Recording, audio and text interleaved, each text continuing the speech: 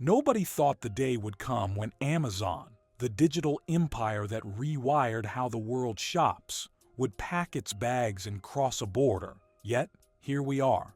One late-night leak, a board vote behind frosted glass, and suddenly, America's most influential retailer is rolling up its welcome mat. Why walk away from the nation that made it a household name?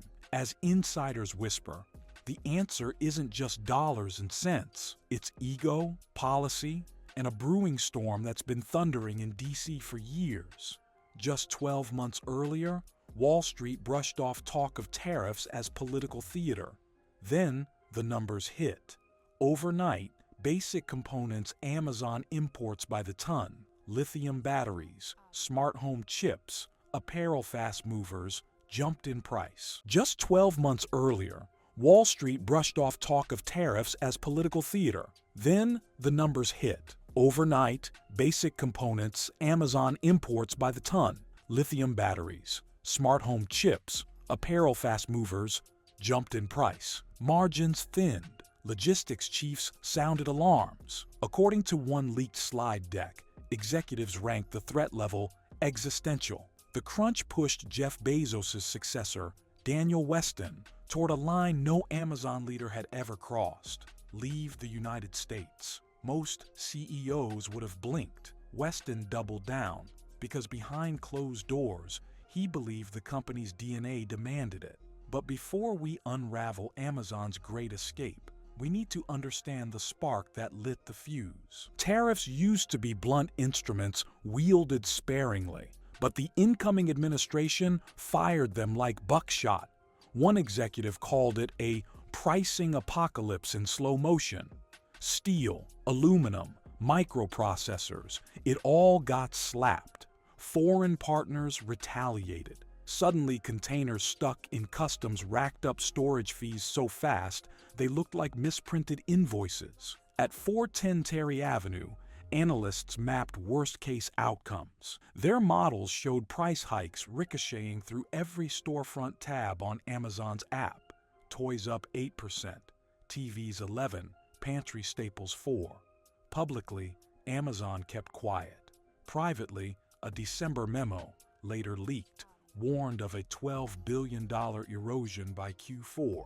A phrase in red font sealed the mood. Strategic relocation scenarios must be considered. Consumers, meanwhile, grew frustrated when TikTok users began posting side-by-side price screenshots, pre-tariff versus post-tariff. The optics turned brutal. Amazon could absorb some costs, but not all. Weston's inner circle feared becoming the villain no matter what. Pass tariffs on and get blamed, or absorb them and sink profits. Cornered, they started plotting an exit, but cost spreadsheets were only phase one. The next blow was personal. February's board meeting began with slide decks and ended with raised voices. Directors from Silicon Valley worried about reputational backlash. Ex-government advisors warned of political firestorms. Then Weston revealed intelligence from a D.C. lobbyist.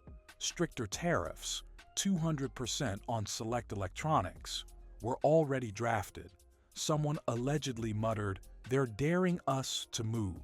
When the vote came, it wasn't unanimous, but it was decisive. Amazon would pivot. Leaked text messages show one director writing, "If we don't jump first, the market pushes us." That night, Weston's security detail escorted flash drives of contingency plans to a rented off-site server farm. By dawn, whispers hit financial circles. Bloomberg ran a headline: Amazon evaluates overseas HQ. Markets jolt. Shares dipped 4% before breakfast. Employees were blindsided. Slack channels exploded. Is this real? Do we get relocation? HR's official line: no comment yet, only stirred panic. A Seattle coder tweeted a crying emoji under a moving truck gif. The post racked up 500,000 likes. The decision was public now, and there was no turning back.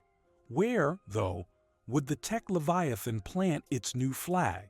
The answer stunned even insiders. Ireland, too small? Singapore? Too humid for data centers, joked AVP Canada. Politically safe, but tax-heavy. The shortlist narrowed to 2 European powerhouses and an Asian dark horse. In the end, the Netherlands clinched it. Famously low corporate tax, a bilingual workforce, ranking number 2 in the World Bank's Logistics Index, and fiber optic pipes ready to swallow Amazon's petabytes. Dutch ministers reportedly offered a decade-long R&D credit and expedited residency for 20,000 employees. Negotiations were silk smooth. Pictures leaked of Weston lunching on herring by the Maas. By signing week, Rotterdam's mayor had drafted zoning for a 5 million square foot campus inside Europe's busiest port. Local headlines trumpeted Project Tulip. One column gleefully noted, "We stole Christmas from Seattle." Inside Amazon, relocation packets hit inboxes. Double pay bumps for movers, visa support for partners, tuition transfers for kids. Yet uprooting lives is messy. A senior engineer with a mortgage and 2 aging parents told Wired it feels like corporate exile. Others saw adventure, Amsterdam's canals, Paris weekend trains, new stock grants tied to European growth. Investors, meanwhile, recalculated. Silicon Valley venture legend Anna Hu posted, "Amazon leaving? That's a corporate Berlin Wall moment." But JP Morgan's note to clients framed it differently. Near-term chaos, long-term alpha. Back in Seattle, the emotional earthquake was just starting to crack streets and hearts. Seattle once bragged it sold more Starbucks because of Amazon's late-night coders. Now, Pike Place Cafe owners feared empty stools. Zillow data showed listings spiking within days. Landlords rushed to offload rentals before demand tanked. City Hall convened an emergency task force on post-Amazon resilience. A council member called the move an economic asteroid. School districts braced for shrinking tax bases. Nonprofits reliant on Amazon Foundation grants hustled to secure new donors. Even the NFL's Seahawks worried. Luxury suite renewals dipped 7% as Amazon execs eyed Schiphol departures. Nationally, pundits argued on cable panels. Protectionists cheered, "Let them leave," while free trade advocates warned, "Next up, Apple." A CNBC Chiron read, "Tariffs, shot heard across corporate America." And in D.C., officials scrambled. Some sources claim a clandestine roundtable tried to broker a last-minute compromise. Tax incentives, tariff waivers, anything to keep them stateside. Weston apparently declined the invitation.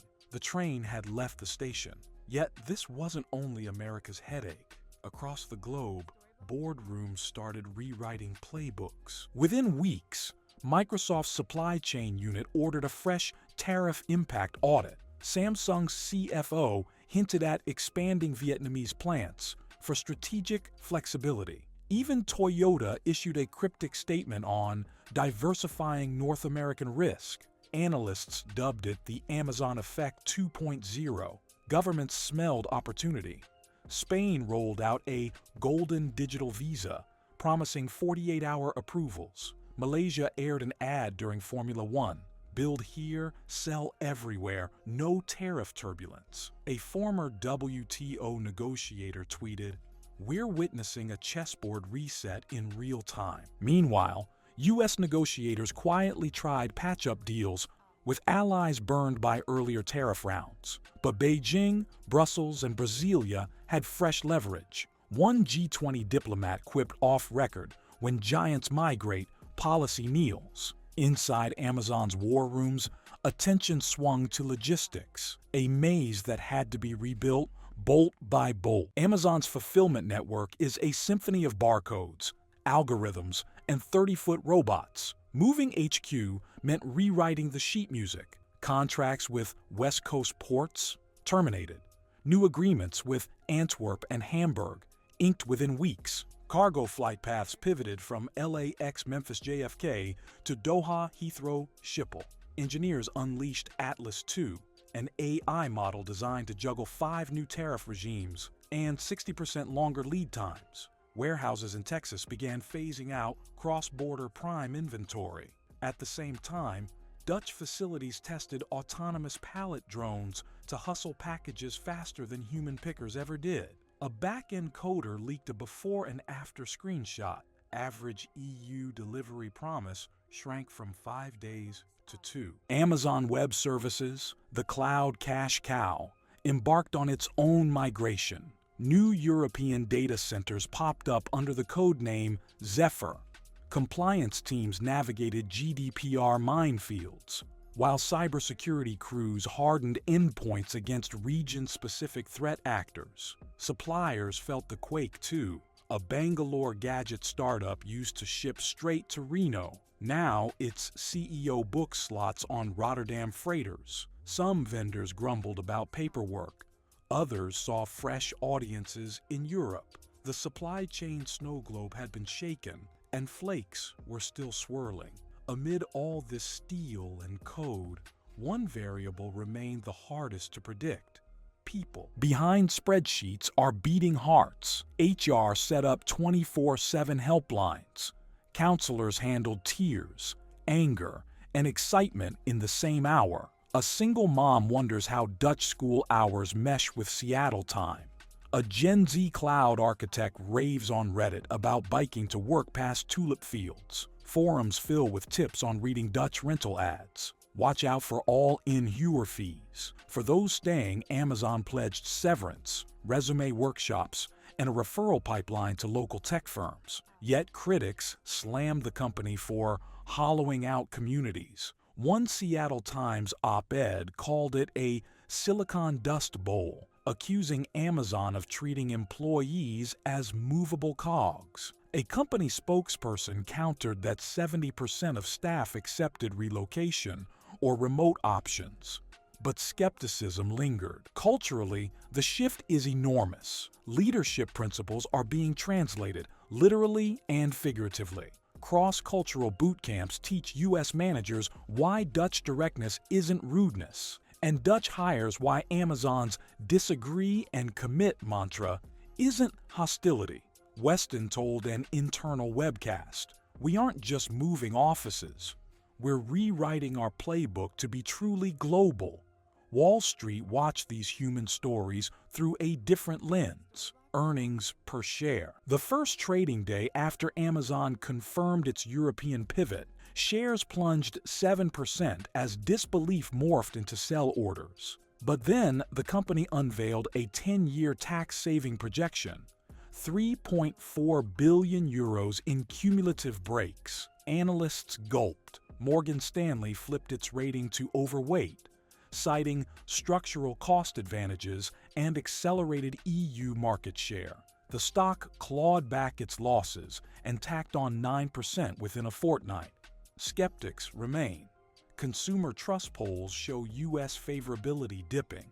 Commentators warn the optics of abandoning America could tarnish brand loyalty. There's also the legal wild card. If tariffs ease under a future administration, will Amazon walk back? Weston sidestepped that on a shareholders call. "Our mission transcends borders. We go where customers need us." Translation: no U-turn in sight. Investors seem willing to ride the gamble. One hedge fund letter crowed, "Amazon just proved it's willing to self-disrupt before anyone else can disrupt it." Meanwhile, ESG watchdogs eye labor standards in the new fulfillment hubs, poised to pounce on any slip-ups. The jury is out, but the trial is rolling. Amazon's great escape is more than a headline. It's a cautionary tale of how politics can scorch profits, how fast giants can move, and how fragile economic ecosystems really are. Tariffs meant to shield factories wound up pushing a trillion-dollar titan across an ocean. Seattle must reinvent itself. Rotterdam gears up for a tech renaissance, and every multinational in between redraws its risk maps. Will other behemoths follow Amazon's lead? Will the U.S. recalibrate before more pillars walk away? And can Amazon truly thrive without the geographic soul that once shaped its culture? One thing is certain: We've just witnessed a seismic shift in global commerce, and the aftershocks are only beginning. Keep your eyes on the horizon, because when the next domino falls, it won't just rattle boardrooms. It will reshape the streets we live on. If you want to stay ahead of that next shockwave, hit like and subscribe, and let me know in the comments, genius move or risky retreat?